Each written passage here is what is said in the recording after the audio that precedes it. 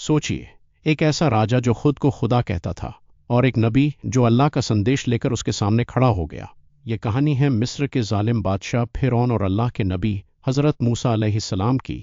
बहुत समय पहले मिस्र में एक बहुत ताकतवर बादशाह राज करता था। उसका नाम था फिरौन। उसके पास बड़ी सेना थी, ऊंचे ऊंचे महल थे और बहुत दौलत थी। लेकिन ताकत और दौलत ने उसके दिल में इतना घमंड भर दिया कि उसने खुद को ही सबसे बड़ा रब कहना शुरू कर दिया।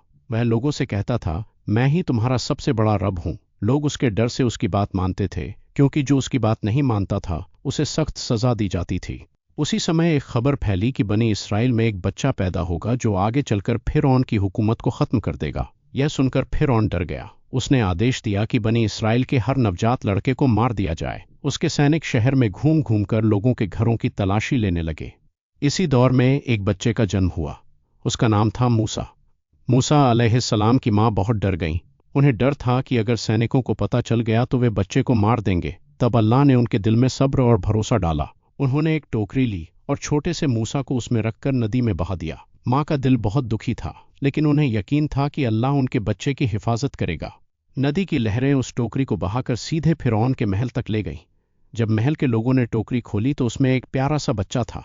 फिरौन की बीवी ने जब उस बच्चे को देखा तो उसका दिल पिघल गया। उसने फिरौन से कहा, इस बच्चे को मत मारो, शायद यह हमारे लिए फायदेमंद हो। इस तरह अल्लाह की मर्जी से मूसा उसी महल में पलने लगे जहां फिरौन रहता था।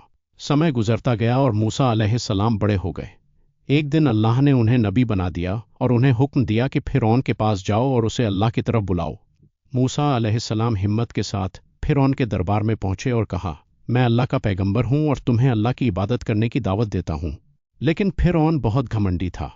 उसने मूसा की बात मानने से इनकार कर दिया। उसने लोगों के सामने मूसा को झूठा साबित करने के लिए मिस्र के सारे जादूगरों को बुला लिया। एक बड़ा मुकाबला हुआ। जादूगरों ने अपनी रस्सियां और लाठियां जमीन पर फेंकी और लोगों को ऐसा लगा जैसे बहुत सारे सांप रेंग रहे हों। लेकिन जब मूसा अलैहिस्सलाम ने अपनी लाठी जमीन पर डाली तो वह अल्लाह के हुक्म से एक बहुत बड़ा अजगर बन गई और उसने जादूगरों के सारे जादू को निगल लिया। यह चमत्कार देखकर जादूगर समझ गए कि यह जादू नहीं बल्कि अल्लाह की ताकत है। वे सब सजदे में गिर पड़े और अल्लाह पर ईमान ले आए। लेकिन फिरौन का घमंड फिर भी खत्म नहीं हुआ। तब अल्लाह ने मूसा अलैहिस्सलाम को हुक्म दिया कि अपनी कौम को लेकर मिस्र से निकल जाओ। मूसा अलैहिस्सलाम रात के समय अपनी कौम को लेकर निकल पड़े। जब फिरौन को पता चला तो वह अपनी बड़ी सेना लेकर उनके पीछे निकल पड़ा।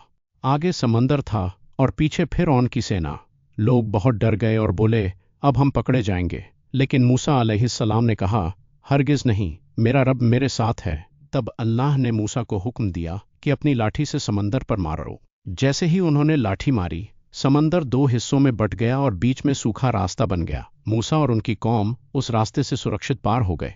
लेकिन जब फिरौन अपनी सेना के साथ उस रास्ते में घुसा तो अचानक समंदर वापस मिल गया और फिरौन अपनी पूरी सेना के साथ डूब गया। इस कहानी से हमें एक बड़ी सीख मिलती है। घमंड और जुल्म करने वाला चाहे कितना भी ताकतवर क्यों ना हो, आखिरकार उसकी हार होती है। और जो इंसान अल्लाह पर भरोसा करता है, अल्लाह हमेशा उसकी मदद करता है।